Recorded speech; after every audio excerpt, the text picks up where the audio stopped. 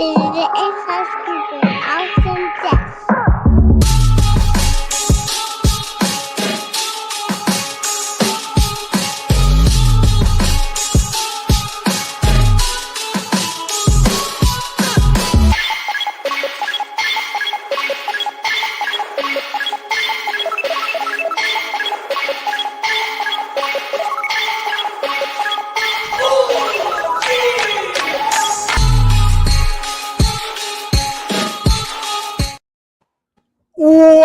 Welcome, everybody, to another episode of Inside Scoop with Alex and Jeff.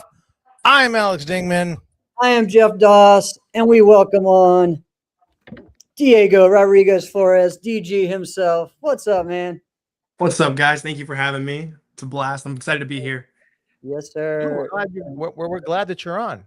You know, think about it, Diego. Your name is exciting. You have an exciting name.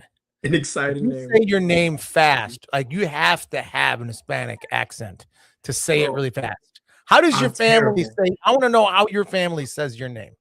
They say it correctly. I say it terribly. I hear it. Yeah, they say like Diego Rodriguez-Florez, but I can't say that. So when I present myself, it's always like, I am Diego Rodriguez-Florez, and it's like the worst. I can never say it right. All right, if you were to like imitate your mom saying your name, what would it sound like? It's great. It's very high pitched, and it's like my first, middle, last name is like Diego Rodriguez-Florez. Oh, that was pretty good. I'm in trouble. I'm in trouble. Or she's cheering you on in a tournament. It's like the same level. She's either cheering you on or she's screaming at you because she's mad. But it's like the same tone. Yes. Well, yes. That's awesome, man. See, I don't know why I just had this idea that like your mom's gotta have an accent and it's gotta be entertaining.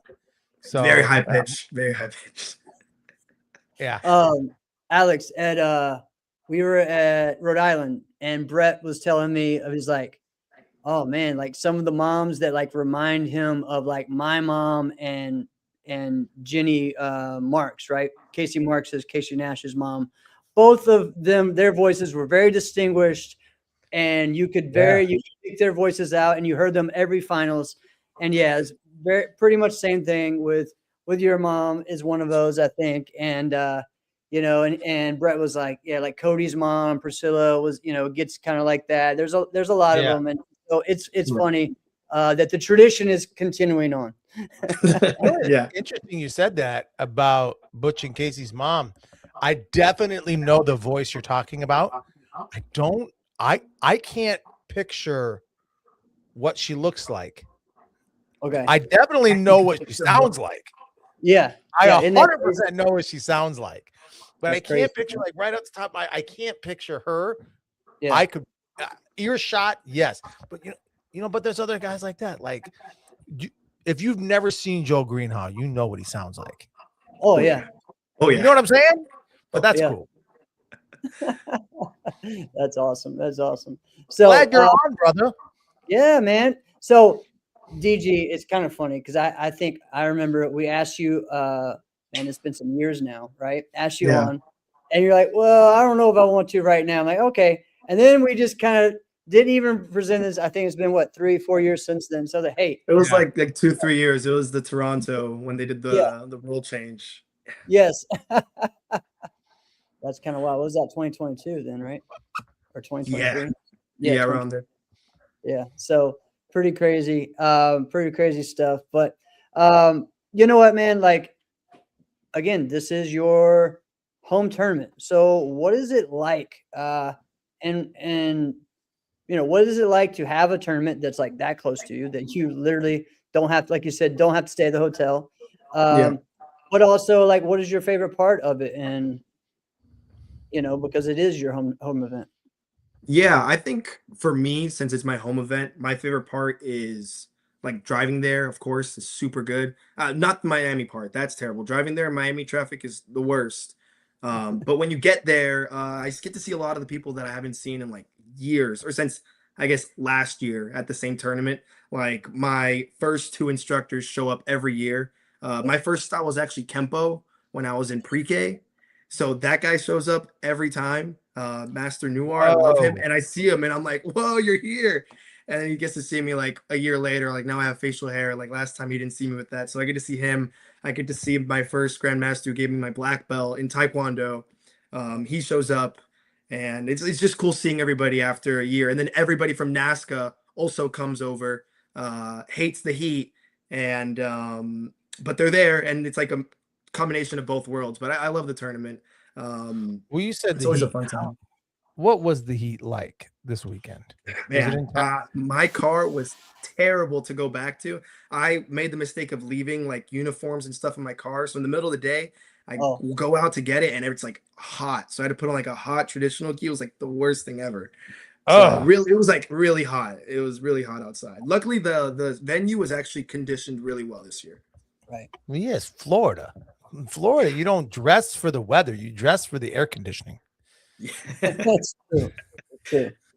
That's But funny. you know what? Speaking of that, though, Diego, well, when you leave something in your car and you're like, oh crap, just whatever I had, it is now toast. It's unusable. I used to have this hack, right? It was when everyone had foam dip everything, right? It was foam dip everything for sparring gear. Listen, on a summer day, if you want your gear really light, leave your stuff out in the sun in your car for a little bit. I don't know what that stuff is pliable. It's so soft and it gets lighter. Yeah. Do it too much, then you're just going to end up with cancer. So maybe don't do that. Wow. Am I right though? You're right. You're right. I remember that. I mean, and then if you really want to hurt someone, you keep Leave it in the winter. in the winter time. Yeah. I mean, like Yeah. just hitting That's someone with the a worst. frozen glove. There would be guys, there would be old school guys that was just what they had, duct tape and mismatched gear, and they would just leave their stuff. It just lived in the trunk of their car. You could tell it lived there for probably 6 years. You're like, this is disgusting. And then, but yet they'd be the old school guys, so they'd actually be pretty good. And then they'd hit you with this rock solid, funky gear. You're like, this is the worst. Yeah. Yeah. I had that happen at Capital Classics. A guy that just kind of came in, and it was just, and literally he didn't have a gi on. He had a tank top and sweatpants on, and had like the old wrinkly old gear. Yeah, it was bad. It was crazy. All right, so Diego, I mean, always a big tournament for you, and again, man, like you did your thing. You won the traditional grands, so congrats to you for that. And again, man, a lot of people. I mean, we'll get to the team stuff as well, but a lot of people, don't realize, hey, dude, you have a lot of grand championships over the past 3 years. So, or has it been 4 years? 23, right? 23, 22. I don't know when was your first time winning them, but it seems like it's been a long time. Yeah.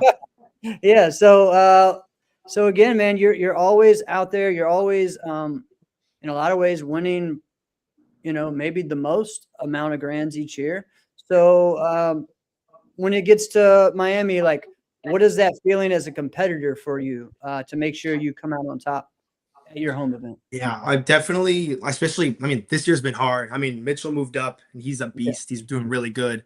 And then Mason's always coming in and out. So even when they're there, I want to do my best and win, of course, but I want to make the best opportunity, especially here at Pan Am's. Last year, I showed up, Cameron showed up, he beat me on Friday, and then I was primed and ready to go on Saturday and win traditional forms. But I had to go to the hospital Friday night because of a heart incident, and I was out for the whole tournament. So this year I really wanted to go and win. Had some decent competition. None of the big names came, unfortunately. So it was still a solid win, but I still am looking forward to battle to go against more of the usual top 4, top 5 competitors. But I'm glad I got to make up my loss from last year. Well, that's good. So having a hometown tournament, because not everybody has a high level hometown tournament, right? Yeah. So, all right, you have a hometown tournament. Is this your favorite tournament to win? No. Okay. No.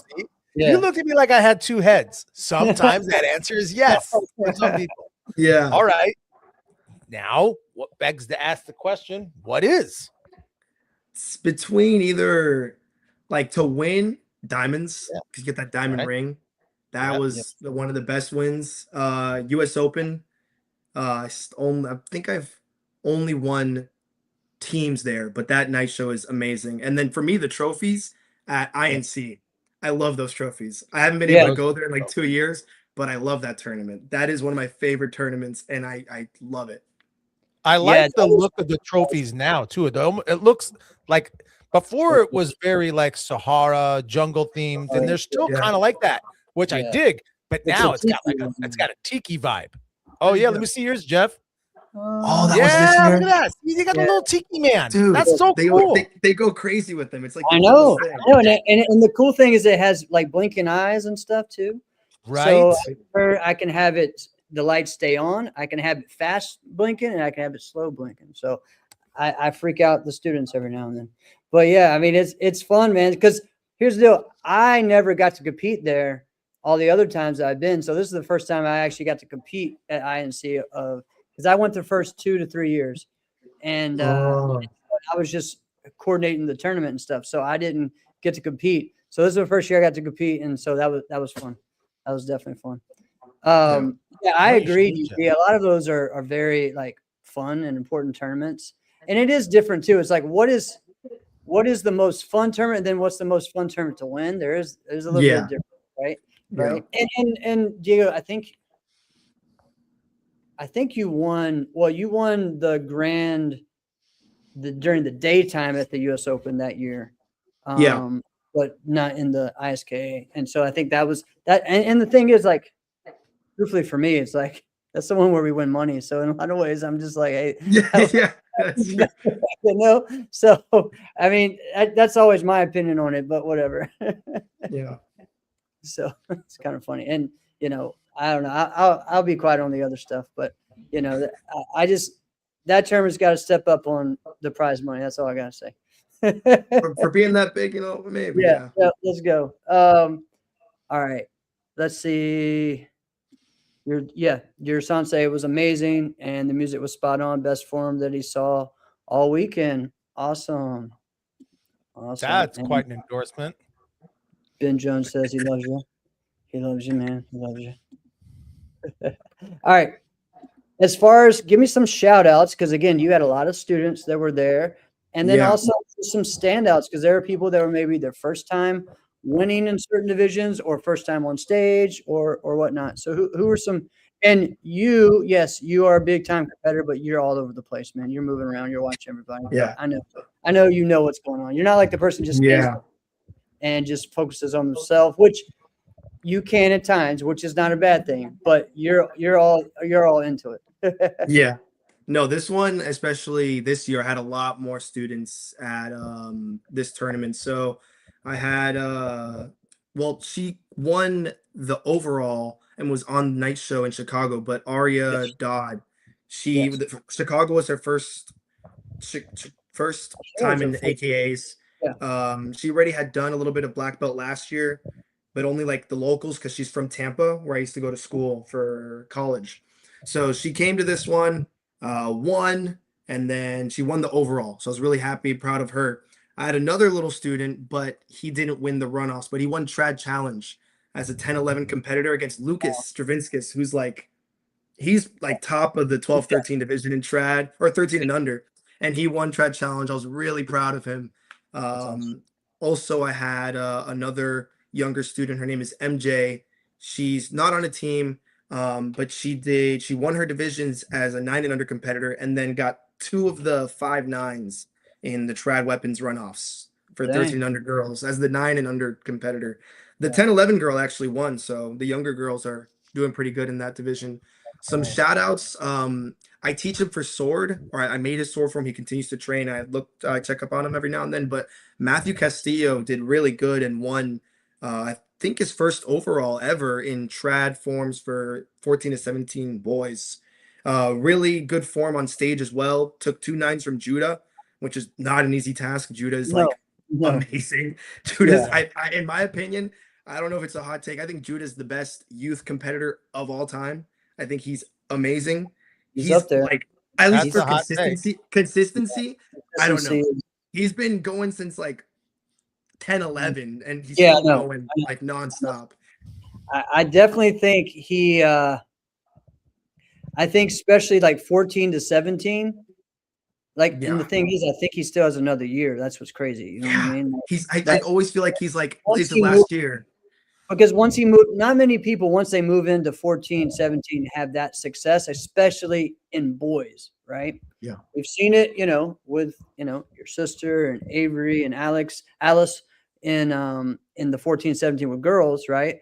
But Yeah. in the boys, we don't always see that because you know what, man, you get those like growth spurts, you get the 16, 17-year-olds, some of them are already 18 or, like they're like you said, a man child, you see that, but this dude is just, it's crazy. And you just keep getting better. And with sword too, which everybody's either doing like bow and some with commas, but sword, I don't know. He's just amazing. And also trad weapons too. He does pretty well in. It's just he's been amazing. But about his wins and trad weapons that he has. Yeah. Well, you brought up something I didn't think that we'd touch on. Best junior competitor of all time. Yeah. That is Diego. That is a statement. Man. It's a statement. I'm not too old, so I don't know. I think he's so good. He was so good. Yeah. Let's throw some out there, Jeff. Who do you think? Like maybe like all right, this is probably one of the best junior competitors of all time. Well, I'm going to go really old school. I'll go Jimmy Pham is always one that Yeah, I would say that would be one. Up there. It's hard to say because some of them had like. Yes, and the longevity too. Like, yeah, where did they start? We think of Matt Emian, but he's like, dude, I lost a lot as a junior, but he also won so much too. So it was like kind of crazy. He made so many grands, but he didn't win all the grands. We always saw him in the grands because he did a great job. Like he made the runoffs all the time, every single time, which in his time was a really tough thing to do. But he's right. He didn't win the grand all the time, but it is someone that you always think about. Like, during his time, like you didn't see a finals with him not in it. I mean, you're Danny Ekin, we forget. I know like because some of these people had great adult careers, but like Mackenzie, Sammy, Caitlin, all of them had great junior years as well. So even Casey Nash, but to me, he's my number one probably of all time. Oh, Jimmy? No. Casey Nash to me is, it's hard to say she's not the best competitor of all time because of everything she's won, her longevity as well, and truthfully, and yes, Carolina Haley as well is one of the best. Yeah, Haley Glass for sure. For sure. There's so many that have great, and there's some that we're watching now that are doing it. So again, I think there's something to that. All right, if you look at it now, to say the junior competitors now have an opportunity to be better than all the junior competitors before. Yep. Sure. I think there's definitely an opportunity for that because they get to compete so much more and there's so many more opportunities for them to perform so they can have the opportunity to do that. Yeah, I think Jimmy Pham is the right like comparison. Like, what about Jimmy? I mean,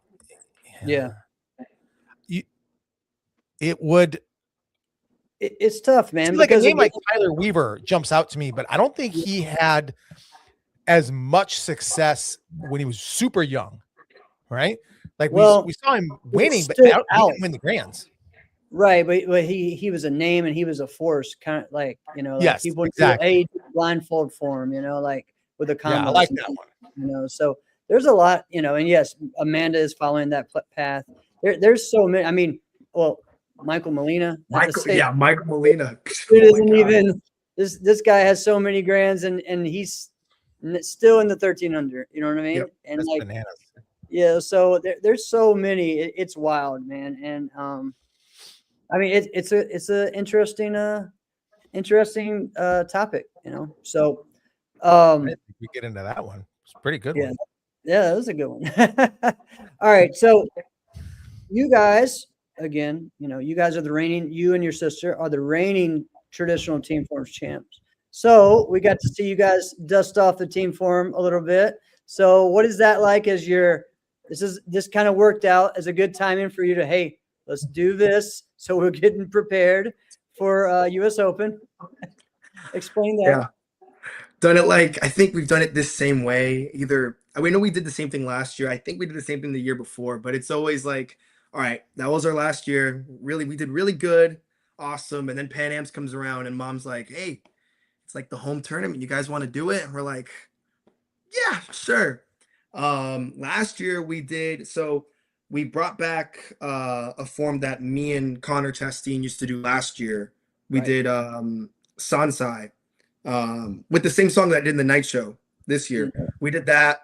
We didn't get to do a performance in the night show because I had to go to the hospital. But this year we brought back the first ever team sync trad musical that I ever did with Connor, a Super Empe, which is a lot longer, a lot slower. But like that song has like such heavy bass. That was the first song my dad made for us. My dad makes all of our music. So we brought it back. And then there was nobody in CMX forms sync. But then Avery and Philip saw that and they were like, you want to do something? They went up, they did like a little 30-second thing to just get the win. And then they made a whole form in one day for the night show. And it was pretty good. It was pretty good. good. It had us a little nervous. We're like, all right. I mean, we practiced for like a week, 2 weeks, but we gotta maybe lock in. Let's run the form a couple more times before we go to the night show. My mom was like, should we switch? Should we go to the one you guys did for like 2 years? I'm like, no. We practiced this one. We got it. That's cool. That's cool. So what's that like doing a team form with your sister? Tell us what the training is like. I mean, has it gotten better over time as you guys have gotten older and matured? Or, you know? That's what I would say. It used to be a lot more arguing. Now it's almost like we're on the same page and our parents are like, nah, do it again.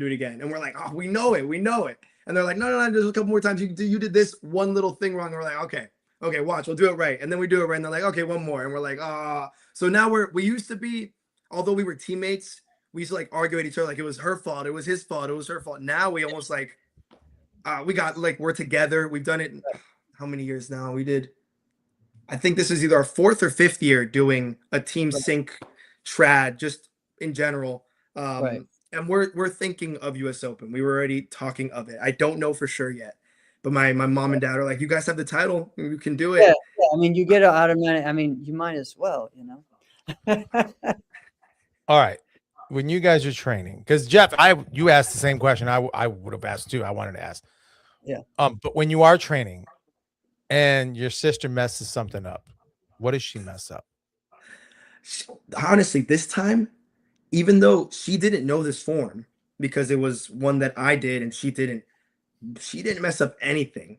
But often when she messes up, it's just like a timing thing, or I'll be honest, she doesn't go full power because we're just like trying to figure out if we're on the same time. And then my dad will be like, yo, DG, you look really good. You look strong. Pia, I need you to try. And she'd be like, and then we have to do it again because she didn't try. Okay, that's what's like the biggest arguing that you guys have? What's the biggest fights that you guys have? Because I will say, as having a sibling that I did a team form with, it didn't get better.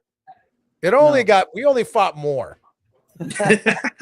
No, I'd say it's gotten a lot better. I think the only thing we really argue about is to do the next one because we want to hurry up and get the training done. Like we're working on it, and I'm taking a little bit too long on the downtime, talking around too much. I'm a little bit more laid back. She just wants to work on it. So that's the biggest thing. She yells at me to focus on again and let's go. Let's run it again. Oh man. See, this is all just giving me like bad, flashbacks and stuff. Yeah, that's why you hate team forms. That's why I hate team forms. It's like, oh God. Like, and I mean, like people, Tim knows this, and this is why he's always like, you only have to do this for demo. You only have to do this. And then I get there and there's like extra things that, okay, I really need you to do this, Jeff. I really need you to do this. I'm like, This is why you probably like in high school, you were like, I do not want to do team projects. I do not want to do group projects. Group projects suck. That was probably you. it's true. You're right. You're right. So I have a funny story with that too. It's like, so when I was 14, 15, my brother, I was getting him back into martial arts and he just wanted to start working with the bow. And so I said, all right, we're going to go to this tournament. You and I will do team forms. And we worked for like 2 months on this team form. And I dropped. The whole time he's worried about dropping it, and I'm the one that drops. So yeah. Dude, was Cord mad or was he almost like relieved? He was like, at least it wasn't me. Yeah, a little bit. Yeah, exactly. A little bit of both. Yeah. Well, that's cool. Okay, so we had a hometown tournament. You came out on top. You did the team form. Tell me more about the experience. Give us all a bird's eye view and an experience, but what it was like that they can't see and know. Yeah. Okay. Well, honestly, I was surprised with the way they ordered the night show because Talk about it. They ended the night show with trad, which I Doesn't ever love happen. doing trad. Yeah, I love doing trad. I think it's boring to watch. Like watching it, I think trad is boring. Personally, I think you have to make a really good trad form for it to be entertaining. So a lot of the trad that I see is like, okay, even my own trad form, I watch my videos. I'm like, I don't want to watch my videos. It's like, no. So I saw that they did that. They put the CMX and then they do the trad. So I knew it was going to be pitch quiet because people already left. It was like 10:30 at night already. So they had the women's first. It was my sister versus Savannah. And I had my headphones on and I see her go up. And I swear, I don't know why, I thought she used music. And I was going to do the form I've been practicing recently, which has no music. But I heard her go up and I thought she did music. And I'm like, wait, I have a musical trad form I can do. There's no copyright music at this tournament. I can pull it out. So right there's only 2 competitors after she finishes. There's what's his something junior. Yeah, Kevin Thompson Jr. Kevin Thompson Jr. He goes first, and then Drew goes second. Great Korean form. But while they're going is when I'm practicing this choreography again last minute. I'm like, I want to do it just to finish off with music so it's not dead silent in this room. Because I hate doing a trad form and it's silent. And I hate even worse, it's silent, but I hear people bickering because it's really distracting. So the music will help drown it out. So I wanted to surprise my parents too, because my dad made that song years ago. So I asked my teammate Trey, you guys had him here last week. I asked him like, hey, play this song. And he's like, a song, you're doing trad. I'm like, yeah, I'm just going to do this. And then I went out there and I didn't mess up because I haven't practiced Sansai in a minute. Personally, I've taught it to my students and I've practiced it with them with teaching, but I haven't spent enough time honestly to like do it in an individual division. But with the music, I knew that could carry it a little bit more. So it came out okay. That's awesome. That's cool, man. Got a lot of performer tendencies in you, man, that you're just dropping on the show. Just like I love it. You know, I think it's great. And it really, we have a very unique type of competition that we do. All right. It is not, there's little nuances that we do that like, all right, yeah, it could be comparable to a gymnastics flow routine and how it goes or in how it gets scored. Okay, but there's really not anything exactly like what we do. All right. So it is a weird thing to do. And there's a whole lot of nerves in it. But I found it, I mean, I giggled to myself when you were like, yeah, trad's boring to watch. All right. So, but super excited. I agree with you. Super exciting to do. And when you do it, like when you're personally doing it, you're like, that was one of the best things I've ever done. All right. Yeah. And you feel great. You feel amazing. And those fellow competitors within this niche thing that we're doing, whatever that division is, they get really into it too. So I love it. it's really interesting. But I think that just tells us more that our sport is a niche, individualized sport, and it is good. Listen, I'm gonna tell you this, right? This is our hobby, this is our careers, this is our athletic outlet. Right. But without it, you gotta have a hobby of some kind. Yeah. Buckle up for this one. This just happened to me this week. I went to Minnesota this weekend, and I'm from there. So I connected with a buddy of mine, and a buddy of mine from high school was just hanging out, and he's like, yeah, man, I got into racing. And I'm like, dude, you've always been into cars, man. Do you got another car? What kind of car? He's like, oh yeah, RC. And I'm like, do you mean like remote control cars? He's like, oh yeah. He's in his 40s. And I'm like, the heck kind of nerd stuff are you getting into?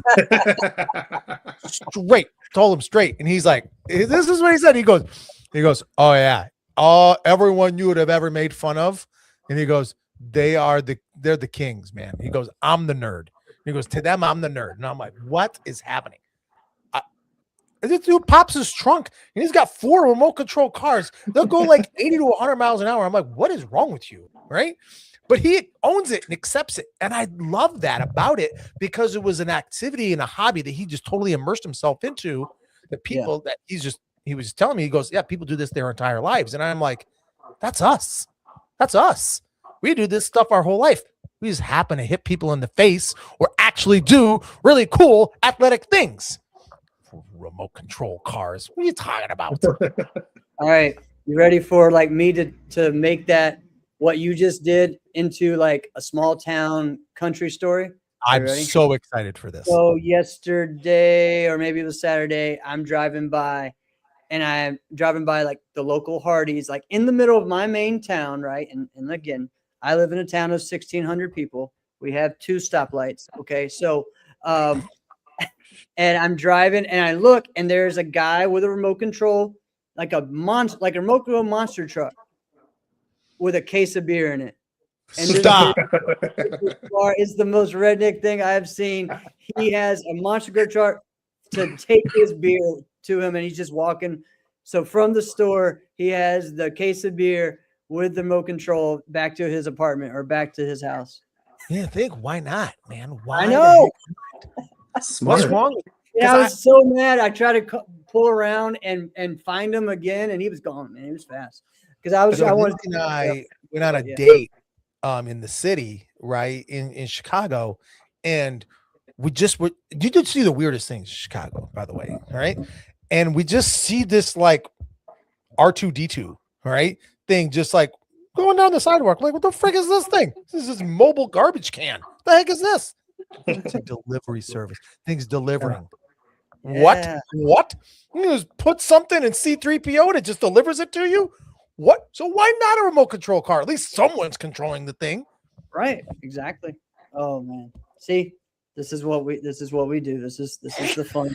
This is the fun part. This is the fun part of the Sport Karate podcast. Right?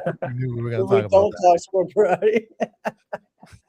All right. So let's talk about some of the fighting. All right. So again, I know you're always around, for Pia's divisions. Again, I feel like this tournament has always some different competitors who show up that maybe you don't expect. Like, of course, we expect Christian to be there, and he had a great weekend, right?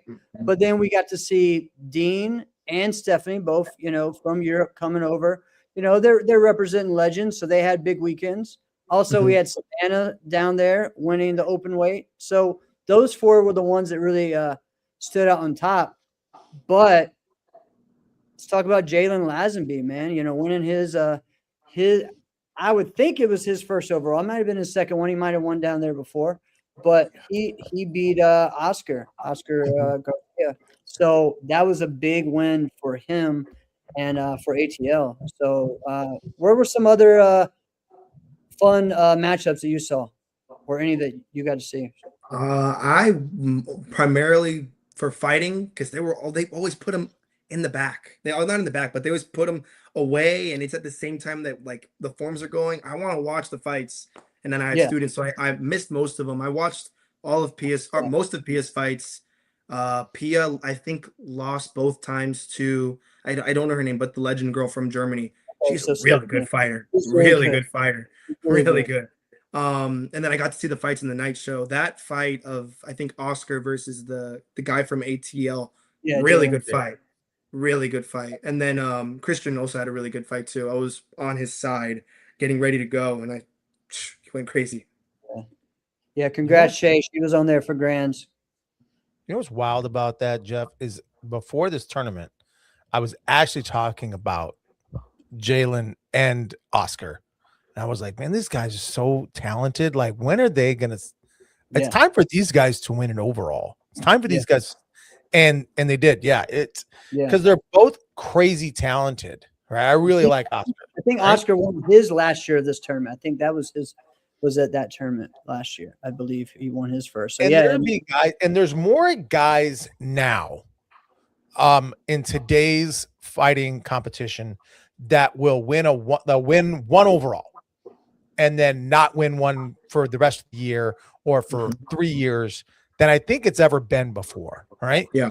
So there'll be more like this in the 90s, in the 2000s, even in the 2010s, it would be rare if you just had one guy win one overall for that year. Normally you got, all right, this guy won 3, that guy won 2, this guy won 4, this woman won 5. All right. And there's usually like a handful that win all of the overalls. But that's a little different now because the talent level is so deep that, yeah, you can have, I mean, a guy who wins 3rd place in their division can win the overall next weekend, right? And it just wasn't the case so many years ago.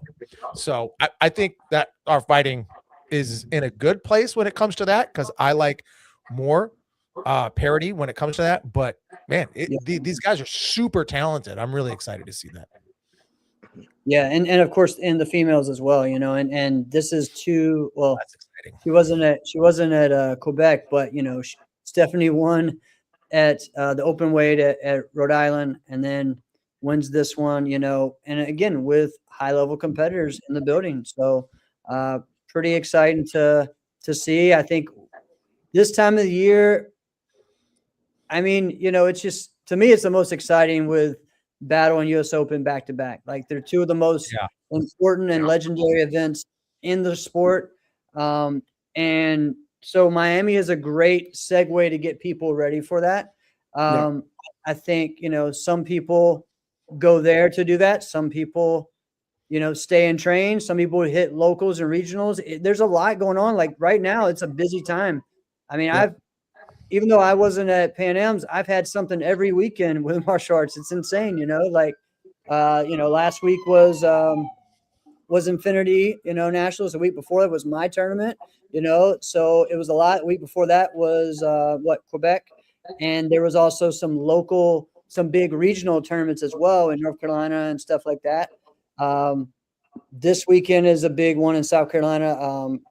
Carolina Martial Arts Open is a big one, a big regional tournament there with the night show and stuff, which you usually don't see. Like regional tournaments have a big night show, and they do a good job with that. And then the next weekend is SmackDown, Music City SmackDown in DC. Yeah. So lots of great tournaments leading up to get you ready for that. So, and of course, Florida, there's always tournaments every weekend. And upstate there is. I know Kumite. Well, it wasn't called Kumite. It was like Pittsburgh Power. They had a tournament over the weekend as well. Bill Viola had another big tournament and a big. We're gonna call it Kumite anyway. I know we'll call it Kumite. That's awesome, there, Shay. That's pretty cool that you guys fight for overall. That's pretty sweet. All right, so we talked about some of the fighting. You know, again, big shout out to, you know, last year we had, you know, Pia, Avery, Alice on. All 3 of them won titles over the weekend. Funny story for Alice, if people don't know. So she competed Friday, flew home, walked in her graduation that morning, flew back, competed for her first adult overall, and then flew back. And then today's her birthday. So yeah, crazy What? eventful weekend. Hang on. Yeah, What? Yeah. Rewind that. yeah, She competes in a competition on Friday, which means she probably got there Thursday, right? yeah. Competes on Friday, wins, takes off, takes a red eye, likely, gets back Well, home, Florida, Georgia's not that bad. So yeah. Yeah. gets does graduation, immediately just heads back to the airport so that she can go in the finals.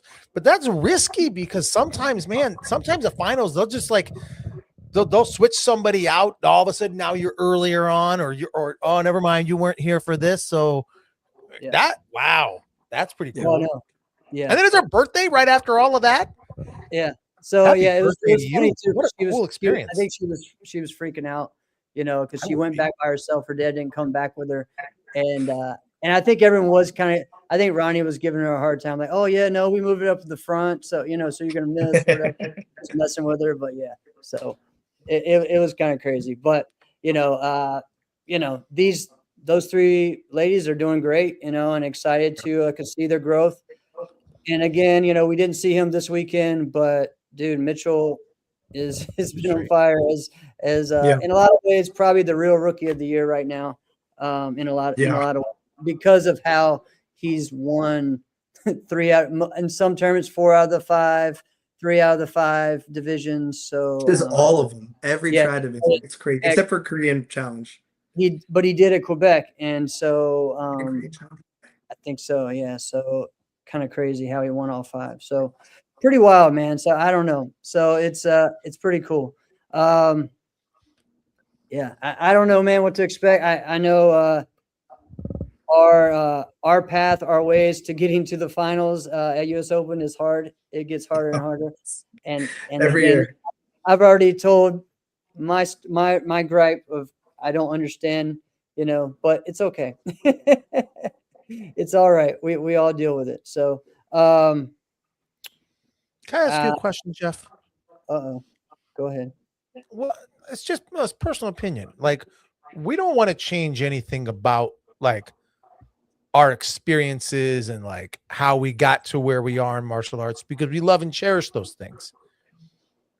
However, do you kind of wish that you were 21 years old right now? Oh yeah. Okay, so see, that was it. I didn't think All that right. was, but like Yeah. that doesn't mean that you would change being on CJB. No. Like, you would never want to change that, know? Because I think there's like 2 athletes that everybody associates with CJB. It's like Jason Borelli and you, right? Mm-hmm. Right. Right. It doesn't mean that like, all right, there wasn't all the others, but Yeah. I mean, if you were like an early 20s competitor right now, Yeah. you'd because you already did 20 some divisions. Now you'd actually have an opportunity to do more divisions than you did. And I don't know about that again. Jeez. That's a lot. But I do get the itch. Like this weekend, I'm like, this weekend I can do both 35 plus grands and both 18 plus grands, and I'm gonna do 35 plus fight. I'm like, all right, let me see how I can get in every single grand. You get that itch every now and then that you want. Well, that's why I asked the question of like all the different divisions. Would you, if you were doing that now, like what Diego does a lot of different divisions too. Yeah. Would you choose to do different divisions? Like, would you choose to be like, I think I'll do traditional weapons also? Would you, I don't know. Yeah, I mean, I dallied with that a little bit in the 30 plus, of like trying to do traditional, weapons and stuff. I think I did when they first started traditional weapons, and when I was like 16. I tried it a little bit just to see what the rules really were going to be, because they were but still. We didn't really know what those rules were at the time. We didn't know what they were going to be. We didn't know. So we just kind of all tested things out. Well, let's see what this is going to be like. Let's see what this was. I mean, I remember when they changed the rules for Korean to be like, no, you have to do a traditional Korean form, but it can be modified. It can't be like a creative form, because it used to be Korean was like creative. Korean was the creative form Yeah. division. for in the mid 90s. Yeah. But so some people were like, okay, well, we would actually do Taekwondo forms like we're supposed to do. And then there was one guy that said, I'm just going to slow down my creative form and that will be my Korean form. And that's what he did. And he did like chop, punch, high block, punch, like just That's slowed amazing. down creative form and, just with shuffle front, and like, so everyone was kind of just experimenting. And I still feel like we're seeing that now with the open traditional. I feel like we're seeing that even with Korean challenge. There's a couple gripes I have as a coach, but also as someone who was involved in helping create Korean challenge. Guys, just read the rules, please. All the judges will be in the corner, front, all 3 rounds. Like, why do we have to be any different than traditional challenge on that? If traditional challenge is always there, then let's do that there. Let's make it simple. The other thing, let's make sure that the system is correct so that the first and second place people don't go against each other in the second round. That makes no sense. That defeats the purpose. That just screws people out of their position. That makes no sense. So that's how the past few tournaments. Hopefully that gets better. Let's make sure that's correct. My thing is always, I think we need to think about naming these divisions a little better. Okay. Like, Thank you. Like traditional challenge still makes no sense to me. And that's why it's still confusing. And every year, all the Taekwondo guys that come in are like, all right, I'm confused. How come we can't compete in traditional challenge? Well, it's for Japanese. Well, why doesn't it say that? Why doesn't it say, why title it that? Same thing with open traditional, So if open traditional is supposed to be Chinese and Kempo, why not just call it Chinese Kempo? Like, I had to help a guy. Yeah. So but now we're, Kevin Thompson Jr. won with that, which I think the division makes sense. That's what I was picturing of the division being for someone like that with that title. But I don't know what it is. And really, when you ask people, you can't really get a direct answer either. So I feel like we can't have this gray area. We gotta be more direct with that, especially when we have new divisions like this. So would the traditional challenge, would a better name just be classical WKF? Kata. Well, no, just call it classical kata or kata challenge. All right. I mean, I think WKC has a great, name for it. I think they call it classical kata or just karate forms or something. I mean, I don't know. Just karate. Like or just kata. Like, because kata makes sense, and then you have Korean forms. I mean, you just make that work. So. Okay, I'm with that. All right, I got another question for you guys. Diego, let me know your opinion. Okay? Because Jeff, you just brought this up, and I am for uniformity. Do you think we should just have the 3 judges spread out for every division? Yes. Yeah, I think so. They shouldn't be talking according to the rules. They shouldn't be talking anyway. So correct. But we may have more judges falling asleep because they're bored. So I don't know. Oh, I actually think they can't hide as easy then. Oh yeah. You're right. Because sometimes they can do one of these, but they're sitting. There's 2 other guys right next to them. You know what I mean? I think that just may pose problems for weapons because people make their forms with weapons going around the sides, not really the front. That's the only risk. But that's where I was going to go next. Then you change it. You know what I mean? Like, so for me, anytime I compete overseas, it's 5 judges, 1 in the center, 4 in the corners, just like it used to be in NBL and traditional. And a lot of them do that. WKU does that. I believe WKC does it, but they may have switched that. But WKA used to do that. I know Waco used to do that, but I think they're all up front now. But I like that personally. But I'm fine with just 3 in the front, but the 2 corners in there, and that way it's spread out, and that way it's focused that way.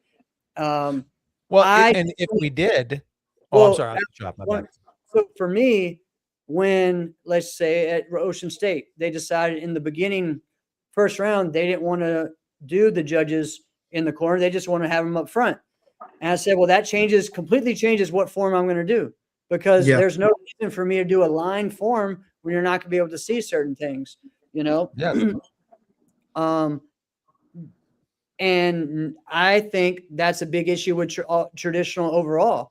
We're not seeing things where someone's maybe their back foot is bladed and their feet are coming up, or people's toes are all over the place because you're only seeing one view, or when they're looking to the back and they're making a face, or they're not even, you know, which people say, oh, that doesn't happen. No, it happens a lot. It happens all the time. Yeah. All the time. Okay. They all know this is my moment to just, it's like, this is my moment to relax. And there's not a lot that they can see. So the follow-up to that, love that you guys agree the same.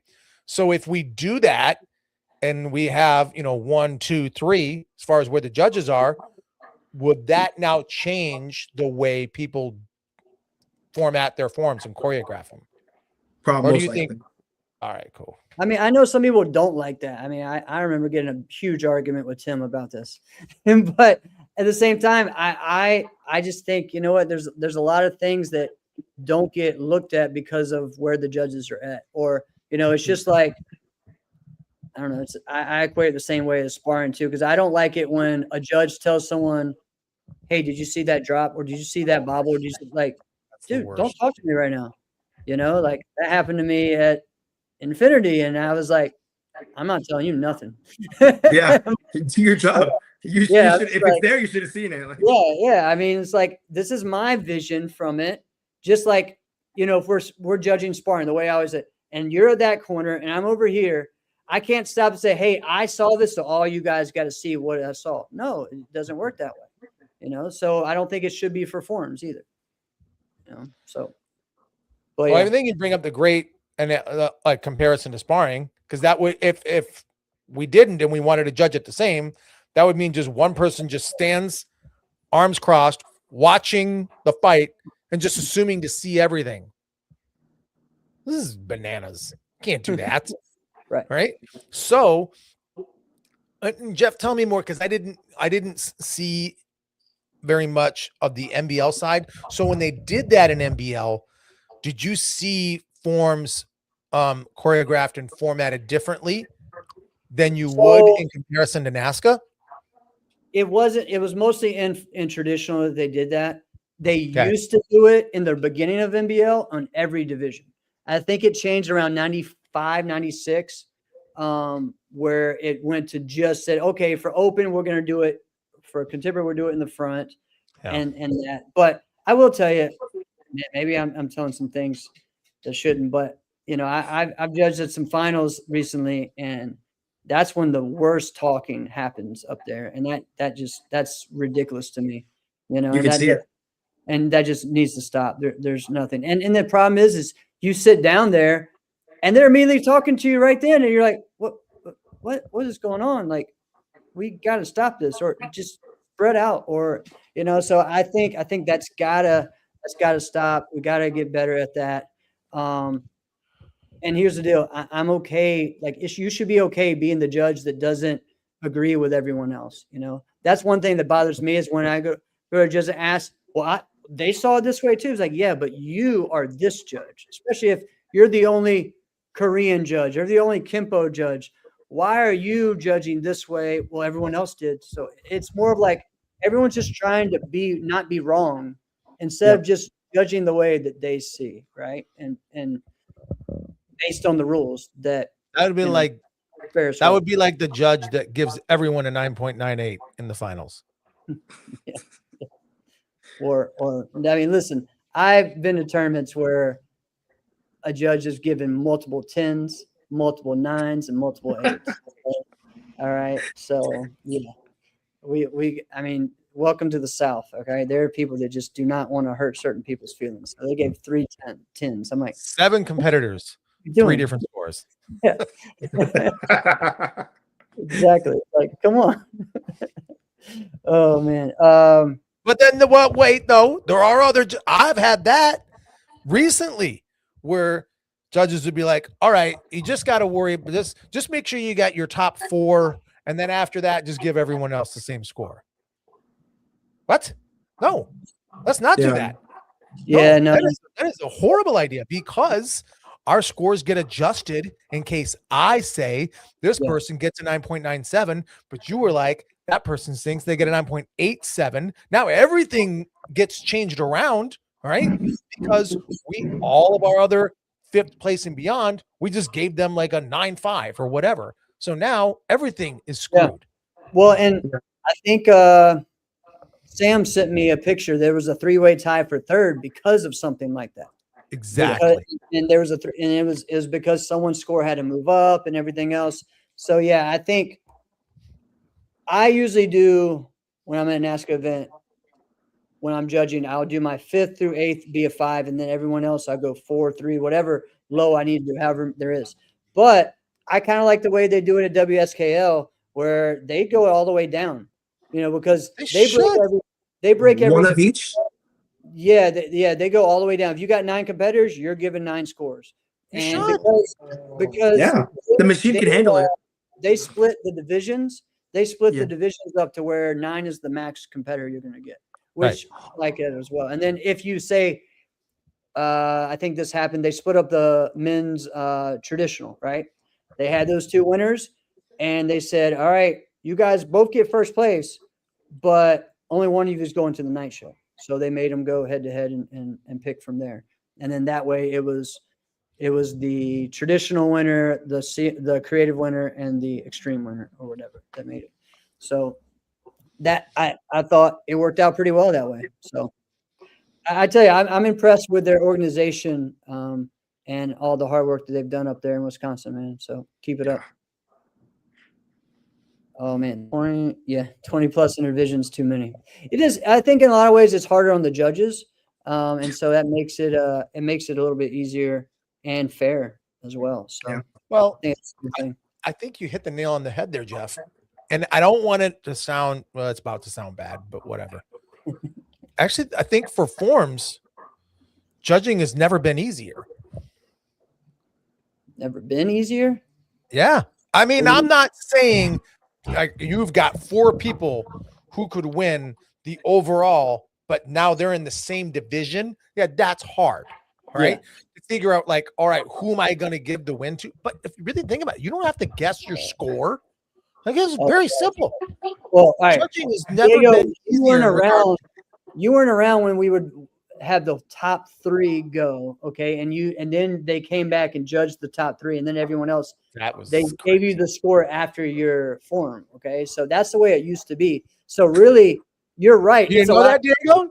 It's a lot easier now to judge than compared to then. What I'm saying. It's very true, and a lot of places did that and still did that, and there's still places that do not like that we tell them to watch everyone, like tournaments in Virginia, like and still do not like that. And like, oh, this is stupid. And I'm like, okay, whatever. They still want to do it the old school way. And then I was at a tournament where they finally did it, all the divisions, but then when we get to grands, they decided to just score us the old school way. I'm like, what are we doing here?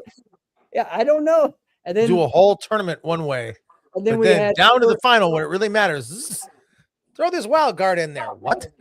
Yeah, and then we had only 3 judges, and we had one guy give 3 9.9s. So yeah, that's what I was talking about. And a 10. Yeah, so there you go. And it used to be like that, and their justification was, you'd see there could be 24 competitors in a division, right? And you random, right? You call 3 competitors up, all right? They're going to come up, do their form, go back. Do their form, go back. All 3. Then they come back up, and their justification as to why they did that was to kind of feel out what the division is going to be like. What the range was going to be, yeah. And what the range is going to be. So essentially what they were telling you is, if you're one of those 3, good freaking luck. It's going to suck for you, right? Yeah. And then for the 4th competitor on, they would just give you a score as soon as you were done doing the form. As soon as you were done, yeah. So bad. Yeah. So bad. But that's why I say judging forms has never been easier than it is right now. I'm not saying like, all right, you got to figure out who won the men's 18 plus CMX division. Like, yeah, that actually is hard. That's harder than maybe it's ever been. Figuring out who the winner is, but figuring out what score to give, never been easier. Yeah, never been. Yeah. Right. Yeah. I mean, I got to give a shout out to there was a tournament in Mexico and 65 in the men's Japanese division. Stop. And Ramel went first, and they did the whole first three and everything, and he won the whole division. Yeah, 65. So yeah, I always that's always one I share with people of like. And when people are asking me, well, how big is this and what are tournaments in Mexico like? I tell people that story all the time of how stacked 65 and all of them are killers. You gonna tell me that he went up second too? Is that what happened? Yeah, well, he went first. Yeah, he went up first and won the whole division. Yeah, and his students him. No, 64 even better. other people go. Yeah, and it's like, nah, it's still that guy. Yeah, and you know what's cool is that he went up, and I'm trying to remember if he did this or his students did this because the students watched him. They all went because the tournament was at a Six Flags in Mexico City. They all went on a ride and came back. Division was still going on. Oh yeah. maybe two rides. They went on 2 roller coaster rides and then came back. Dude, some of those rides you got to wait in the line for like an hour. I know. Oh, it's like a 2-3 hour division. 65 people. It's crazy. Well, I mean, people, you know, us, we don't think, oh, Mexico City is not that big. No, it's humongous. No, Mexico City is massive. How many people live in Mexico City? It's if Mexico City was in the United States, I heard like it would be like the 3rd largest city in the country. Yeah, I think it's bigger than that, but I don't know. I think it's is it bigger than LA? No, it's in that top 4, I believe. So I don't know. You might be right on the top 3. I don't know, but it ain't New York, but nothing else is. Yeah, you know. Yeah, but it's like so compact, dude. Like that's what I mean. That like the population. I bet you it would be like the 3rd largest city in the country. I think is what it would be. And shout out to them because dude, they'll have 3 different tournaments on a weekend, and people will just like go and go, and all of them packed, 600 to 700 fighters, whatever. I mean, and the thing is, what's funny is that I asked someone, I said, "Hey, how was your nationals or whatever?" Like, oh. It was all right. We had like 500 or something competitive. Like, dude, that's really good. That's a good. Yeah, but not really for Mexico. We usually have 800, 900 for just a regular tournament. It's insane. So, yeah, it's wild. But yeah, I mean, I've been there on Sundays, and there'll be 900 people at a karate tournament on a Sunday there. So, but all right. One more question about you. So.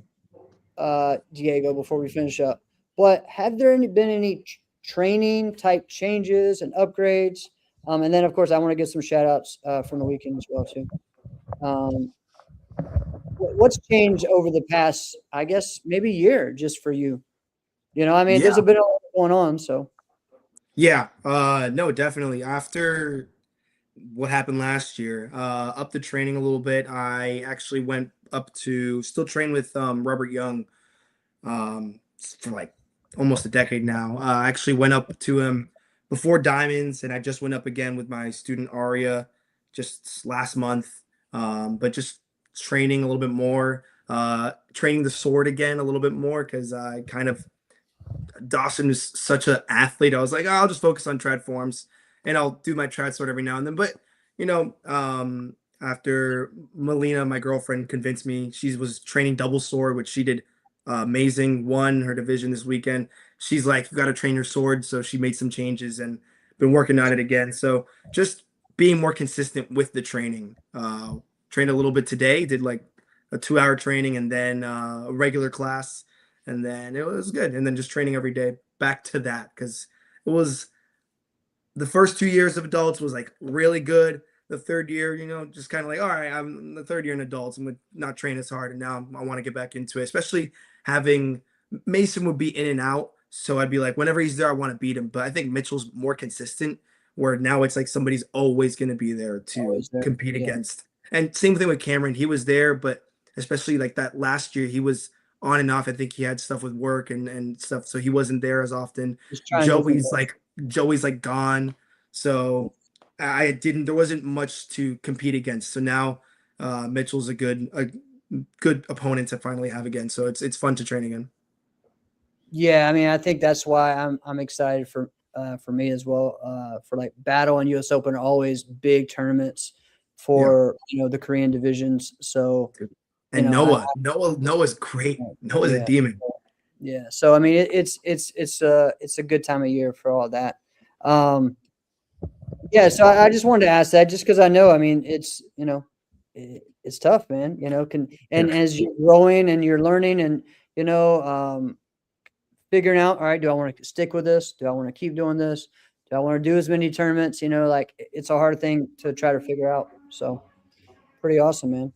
I want to give shout outs to some of my Revolution teammates. So great job to Tim and Rissa and the whole team. Team Demo looked great. Excited for the future with that. Congrats to Rissa for winning both of the 30 plus female forms of weapons grands. Tim won the weapons grand. I think Rashad won the forms grand for 30 plus. And then, Melina winning the weapons grand, the CMX weapons grand. So congrats to her. Of course, we already said Alice winning that grand. Olivia has just had an amazing year and won her grand in the forms. Let's see, who else am I missing there? I think those are the ones that are on stage. I might have missed some other ones. I know we talked about Drew being on stage. So pretty awesome, man. Event for everyone there. Also no, Santiago.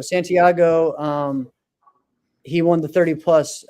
He's from Vegas, and he won the 30 plus fighting grand. So he's been winning a couple. I think his second or third one this year. So he's been killing that. And he also won the ITF fighting division as well over there. So he did that. He does all kinds of stuff because he does the ATA nationals, and then he does WKC. He does NASCA, and now he's doing some of the ITF fighting. So pretty awesome. Tony. Yeah. This good salsa. There we go. Congrats, Tony, and a great weekend for you. And I know you're a big part of the event now. So congrats to you guys. Congrats to everyone. Drew said, yeah, look at DDB dropping some names. Dan McDonough. Dan is a good old fellow black belt from National Karate. Yes. Oh, congrats to you, Dan. You're right, and Andrew. Rashad. He is technically from Ecuador. You're right, but you're right. Yeah, I'm trying to think some other shout, but I mean, a lot of great people just stepping up and having great wins. So, Diego, what is going on with you before battle? Training. I think I'm gonna have a seminar next weekend at my school that I used to teach at in Tampa. Okay. And then just training hard to get ready for battle. I think I'm gonna head up there early, get accustomed to it. And I'm excited. I'm really excited for this one. I think it's gonna be a big one. We'll see if we do sync. I think that'll be a good one to get ready for US Open if we end up doing it. And that's gonna take a lot more training because they weren't here this weekend, but man, your team's got a solid one with Noah on that joining in, and they're pretty consistent with it. So we want to go out there if we do. Yeah, I mean, it's going to be exciting. I think it's going to be a pretty awesome matchup, this year at US Open. So it's going to be. I mean, there's so many possibilities. I think this is that time of the year where people start like, okay, what's going to happen? Who's going to be, and really just making it is a win in a lot of ways. Yes. People because of, like, again, we've said we don't understand the rankings, we don't understand them, so some of them don't make sense. Yeah, I mean, again, but again, after this weekend, some people may move up, some people may stay the same, some may be gone. You just never know. And so really, I always just tell people, let's just wait till battle and US Open. That's really it. And that's really when a lot of it really happens. You know what I mean? That's what they look at. Yep. That's when you got to be entertaining, because sometimes they don't even put the divisions in. Last year, they didn't put in the 14-17 men or boys traditional. That was Mitchell, and then there was another guy from Florida, Gabriel Tello, who won 2 tournaments, and then they didn't put him up there. That would have been Amazing. That would have been an awesome night show thing. Yeah. Or even Noah up there with them would have been great because Noah and Mitchell both beat each other. Yeah. That would have been insane. And then there was no 13 under either last year for boys. And so, yeah, I mean, you just never know this year, with the 14, 17, like all the girls moving up, I feel like you could flip and do the boys, but I think that would be an injustice because there's so many great, Cody is killing it this year. Amanda's killing it. You had Asia winning this weekend. You had so many. Oh, Annabella Russo also won the CMX. Yes, she did as well, Annabella. So, I mean, there's a lot of amazing competitors right now. And I don't know, man, it's exciting time, so. Yeah. Our fellow insider, Crazy. DDB, won the 50+ Forms Grand. Congrats. He did. Yeah, man. So I think it's going to be an exciting time. Yeah, man. Good luck with your seminar this weekend. Anything else? You got anything else you got to add or want to shout out or? We did say congrats to your sister for winning, right? I want to make sure we didn't mess up. I think we did. No, she did really good. She won on stage. Not her first one. I think Quebec was her first win, but really good to get the win at home. I think she's really focused and driven for Atlanta, as well as Melina. She really wants to the double sword form, and Alec with this double sword form. Both of them, they looked really good on stage. Yeah, so. Alec was really good, man. I've been impressed. I remember watching at competes, and I was like, bro, I don't know. He's gotten a lot better. I watched, and I don't usually say that many people can beat Jake Presley, but I thought that one got him that night. So I'm telling you, if you're right up there, that's pretty good.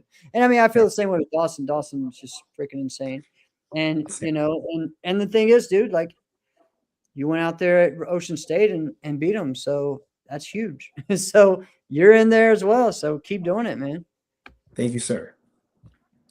Diego, you mentioned that you're going to get to Battle of Atlanta early. Battle of Atlanta is already early. Yeah. Like, you got to get there early. So what is early for you? What are you getting there? Like Tuesday? Probably Tuesday night, I think. That's crazy. I know, it's crazy. You're going to get there Tuesday to compete on Saturday. Yeah. No, compete on Thursday. Yeah, we compete on Thursday now. So I think I haven't looked at the schedule. I know teams is always Thursday. And I know demo we have Thursday, but I think also they're making challenge on Thursday too, aren't they? Just make weigh-ins on Sunday, the Sunday before, or something like that. Something crazy. Yeah. Oh man, I knew I missed one. All right, thank you, DDB. Yes, Philip, congrats, winning both CMX Grands. I mean, I hate to say it, but we're getting used to it. Kind of like Judah, and both those guys. But just keep up the good work, and congrats to those guys there. Hamza looked amazing on stage against Philip. I think how did I just forget his name? From AKA Jeremiah. Oh, he was great. Jeremiah looked awesome this weekend as well. So and Adamas won the 14-17 weapons. Okay. Awesome. So I missed that one. So congrats to Adamas for that win. Yeah, man. I mean, Michael, I thought he had a great bow form and then broke his bow on the very last move. That was crazy. Congrats, Jaden, for making his first Grand appearance. I don't know. Maybe you guys can inform me. Why is that a DQ? Lack of control? I don't know. I've never been a fan of that. I never understood it. The drop I can understand. The drop, but breaking your weapon, I don't know, bro. And again, it's like it happens once a year where we have to go over that one could have been like, all right, it didn't happen. You know what I mean? Break it at the end, make it part of the thing. Like, why is that DQ? Yeah, I mean, I don't know, man. It's wild. Well, the thing is, if you do that, then that would be like DQing yourself too. That's the craziest thing. Like if you just want, so like if people don't know, Nick Kane used to do that for a while because literally his bow would break or crack almost every time he competed. And so he would just be like, well, I got 6 more because he would bring them with him. He's like, I might as well break it and make it part of the show. So he would slam it over his knee. And in NASCAR, that would have been a DQ. And NBL was like, it was part of the theatrics. So Yeah. Well, I think back to, it was a long time ago. I can't remember if it was 90s or if it was 2000, but I remember Anthony DeMarco broke the tip of his broadsword, right? it's just crazy. Yeah. It is so crazy, Yeah. right? That he broke the tip and we didn't know because he just stuck his move and he didn't move. Nothing else. He didn't make any mistakes, but we could all tell that the tip just went, pew, was gone. And he kept doing his form and they scored him. One person gave him a 10, right? Yeah. How do we go from that Yeah. to Exactly. you're DQ'd? Makes no Yep. sense. Makes no sense. But oh well. I think we brought up a lot of great points today. I'm just telling you. I think we brought up a lot of good stuff. So and some Is fun. Junior the best junior of all time? I'm gonna sit and think about this, man. Yeah. That was a good one. I know, pretty good. And then we talked about remote control cars and driving your beer on a remote control car. That was very all kinds of great stuff. So No, it's a great show. We're gonna talk about nerdisms and beer. yeah, and how to have really super fast fighting gloves. Putting them in the Mhm. heat. Hitting. Oh. Oh yes. Yeah. I mean, lots of great stuff. I hope everyone was educated today. And I'm We got educated. some I more learned a lot. topics for next week. We got some good ones. I'm excited for us to jump into it, Jeff. Some questions for next week? No, more topics, like different topics. Oh yeah. Oh, one Yeah, we're gonna yeah, do next good week stuff. is top 5 walk-ins ever. All right. So, and when we mean walk-ins, like introductions, it could be Dude, music. you with the water How bottle. you go from not in the ring to right before you start your form. Right. Yeah. So that's gonna be a fun one, right?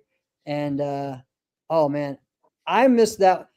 So for you guys that don't know, the Netflix thing was happening too, right? So I'm literally on my phone trying to go back and forth between the finals and the fight, the fight card. Yeah. And I thought I had it to where I could watch both at the same time on my phone, but then it With said pause no, one. and one would pause. So I'm just looking at like a frozen this. And then, well, see, my son Wesley was trying to watch the last episode of Mall. So I'm watching 3 things at once. And then he finished it, and then I'm able to get on. Yeah, it was just wild. So I was all over the place. Just go get you like an iPad mini or something, man. Yeah. I have all that stuff too. I just didn't want to go get on it. All right. I know. It's crazy. All right, Alex.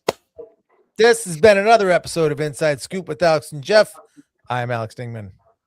I'm Jeff Doss. See you guys next week. Thank Diego. Thank you so much, guys.